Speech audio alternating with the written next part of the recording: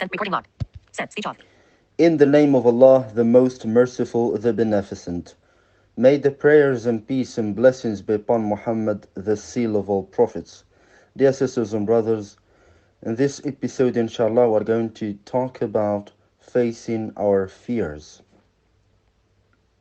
Well, let's first of all agree on a clear definition of fear, which is, of course, the unpleasant emotion caused by the fact or the belief that something is dangerous or someone wants to cause harm for people or someone who is offensive. Dear sisters and brothers, to begin with, we can make mention of the prophetic saying that says, احفظ الله يحفظك. احفظ الله تجده تجاهك. Of course, as long as we are closer to Allah subhanahu wa ta'ala and we comply with His commands and we follow Him and His messengers, then of course, and we follow Him and His messenger, of course, and what the Prophet Muhammad, and peace and blessings be upon him, tells us to avoid and to follow, then of course we have nothing to worry about.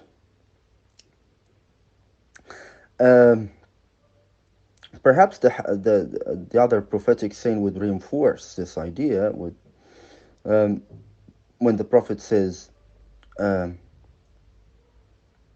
when the human beings and the jinns gather to harm you, to cause harm for you, they cannot do it unless it is prescribed by Allah subhanahu wa ta'ala, and vice versa. When they want to benefit you or to share goodness or with you or something like that, they cannot do it unless it is, yes, written by Allah subhanahu wa ta'ala. Of course, there are actually many ways that our religion teaches us to face our fears.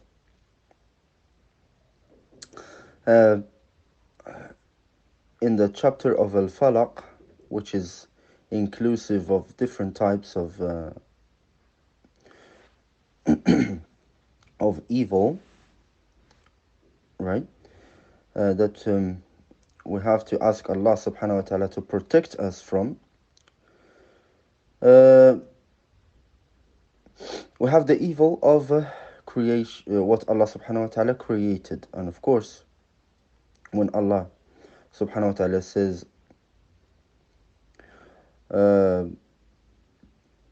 min sharri ma khalaq, of course, from the evil of what He created. And of course, here we have the danger of animals, insects, human beings, etc. So these two chapters called Mu'awwidhatayn are the protectors, and therefore one should recite them when he or she gets up in the morning. Before you move on, before you go to work, before you leave your house, you need to recite these two chapters because they are the protectors from all sorts of evil. Not only that, but we can also refer to the fact that wherever we go, we expect to have evil from people. We expect to have offensive people, right? In public places, in transportations, at school, at work. So wherever we go, yes, we have to, before we go to work, before we take our transportation, any means of transportation, we have to ask Allah subhanahu wa ta'ala for protection.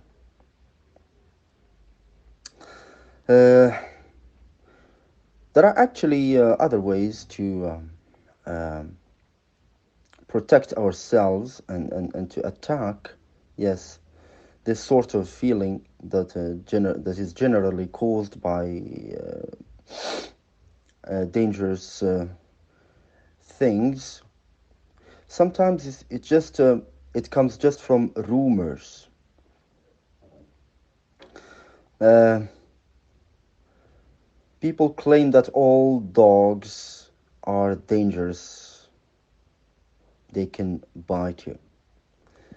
Well, if you fear from a dog, then you need to consult people who have already an experience with dogs so that they can grant you with some pieces of advice. For instance, if you know a farmer, of course, who works in countryside where we find dogs, then he would provide you with some techniques to, uh, yes, avoid and to, of course, get rid of this, that is this feeling. I mean, you consider dog as something normal, okay?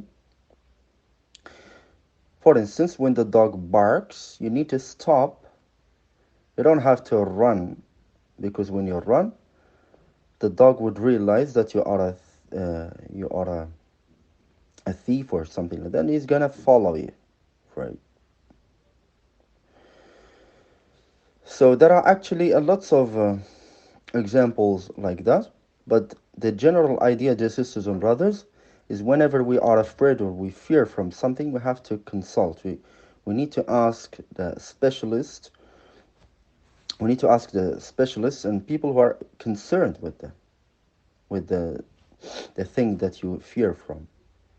They're gonna give you some ways to uh, at least to reduce that degree of fear. Uh, there's another thing, try to be as adventurous as possible. Um, when I say being adventurous does not mean that exposing yourself to harm, because Allah subhanahu wa ta'ala says, وَلَا تُلْقُوا بِأَيْدِيكُمْ إِلَى التَّهْلُكَةِ. Never expose yourselves to harm or to something that is harmful. Being adventurous, of course, requires uh, that is before you go on kind of adventure, you need to dig upon right its ending. Okay, if you know for sure that its ending can be dangerous for you 50 more than 50%, then you don't have to venture on it. Okay, so being adventurous means having the courage to do things, okay, of course, without uh, that is exposing yourself to harm. And one more thing, dear sisters and brothers, as long as we travel, of course, when we travel a lot and when we circulate a lot, we get to discover many places and we also get to discover many people. And therefore, this would reduce the degree of fear because we know things. We are exposed to, uh, yes, what's going on. We learn from the experiences and from the of others.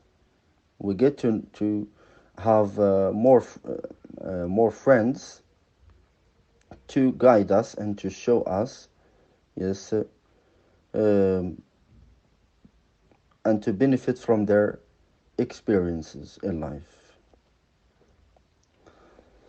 And of course, then knowing then of a great man is something like treasure.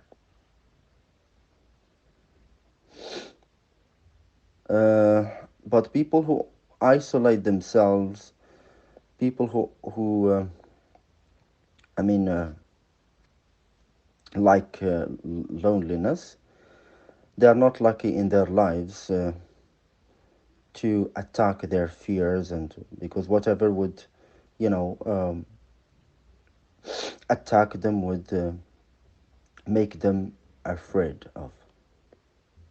Rather, we have to